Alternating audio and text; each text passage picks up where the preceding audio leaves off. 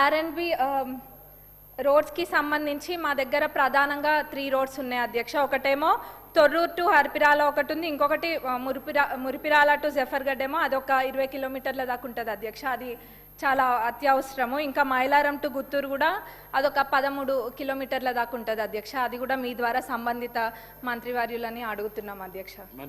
Thank you అధ్యక్ష.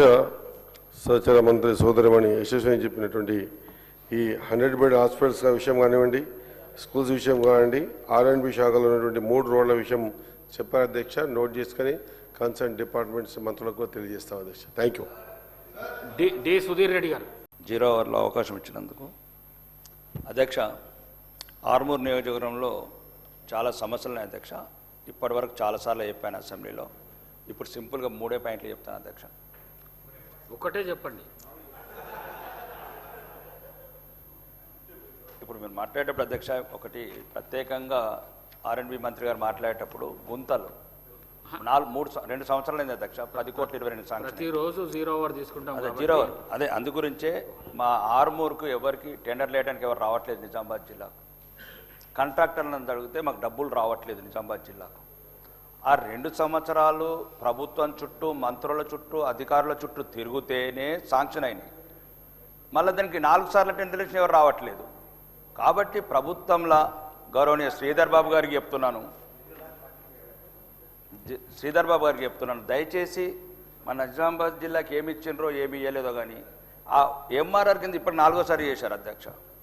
బాదుగున, గోవిందపేట, పత్తేపూరు, ఐలాపూర్లో నడవలేకుంటున్నాయి అధ్యక్ష రోడ్లు. ప్రజలు నూతుపెల్లి, పిప్పిరి, లక్ష్మాపూరు నుంచి అంకాపూర్ రోడ్లు గుంతలు, ఒక్కొక్కటి మీటర్ గుంతలు అధ్యక్ష. కాంట్రాక్టర్ 4 సార్లు పిలిచినాడు అధ్యక్ష.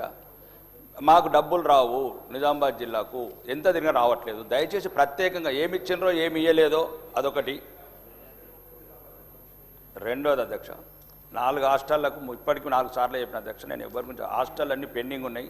గౌరవనీయ శ్రీధర్ బాబు గారికి కూడా చెప్తున్నాను అధ్యక్ష. బీసీ, ఎస్సీ, మహిళలు, మైనార్టీ ఈ 4 గురించి ఇప్పటికీ 2 సంవత్సరాలు తిరగండి. నిన్న కూడా గౌరవనీయ మంత్రివర్యులు అడూరు లక్ష్మణ్ గారికి చెప్పాను అధ్యక్ష. హాస్టళ్లకు వెంటనే అన్ని ఫైనల్లో ఉన్నాయి, శాంక్షన్ చేయమని. ఇంకా ముఖ్యంగా ఎర్రజొన్నలు గౌరవనీయ ఎమ్మెల్యే సహచార ఎమ్మెల్యే చెప్పినట్లు ముఖ్యంగా ఆర్మూర్ ప్రాంతంలో ఇంతకుముందు బాగా ఉద్యమం జరిగింది అధ్యక్ష. ఈ ఎర్రజొన్నలు ఇప్పుడు దాన్ని కంటిన్యూగా చెప్తున్నాను. గవర్నమెంట్ కూడా దయచేసి ఇప్పుడు రేట్లు తగ్గిపోయినందుకు ఒక 500 రూపాయలు బోనస్ ఇవ్వండి. ఏదైతే దళారులు, వ్యాపారులు, రైతు నడ్డి వీరుస్తున్నారో 3800 నుంచి 3200కి తీసుకొచ్చారు. దీంట్లో ఒక చిన్న అడ్వాంటేజ్ అందేశ ప్రభుత్వానికి చాలా మంచిది. ఇది వరి అయితేనేమో సుమారు 4 నెలలు వాటర్ ఎక్కువ తీసుకుంటుంది అధ్యక్ష. దానికి 35 నుంచి 40 బస్తాలు వెళ్తుంది. ఇక్కడనేమో ఎర్రజొన్నలు తక్కువ సమయంలో తక్కువ వాటర్తోని సుమారు 18 క్వింటాల్లే దిగుబడి వస్తుంది అధ్యక్ష. కాబట్టి మళ్ళీ మధ్య దళారులంతా ఎక్కువ అవుతుంది అధ్యక్ష. ఆ ప్రాంతంలో ఇంతకుముందు కాల్పులు కూడా జరిగినాయి. కాంగ్రెస్ ప్రభుత్వంలో, గత ప్రభుత్వం రాజశేఖర రెడ్డి గారు ఉన్నప్పుడు కాల్పుల వరకు వెళ్ళింది.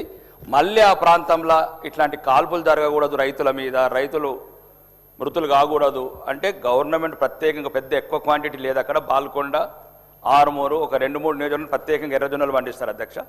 దయచేసి పెద్ద మనసుతో ఆలోచించి ప్రభుత్వం 500 రూపాయలు బోనస్ ప్రకటించి వీలైతే ప్రభుత్వమే దాన్ని కొనుగోలు కేంద్రాలు మీ ద్వారా కోరుకుంటున్నాను అధ్యక్ష.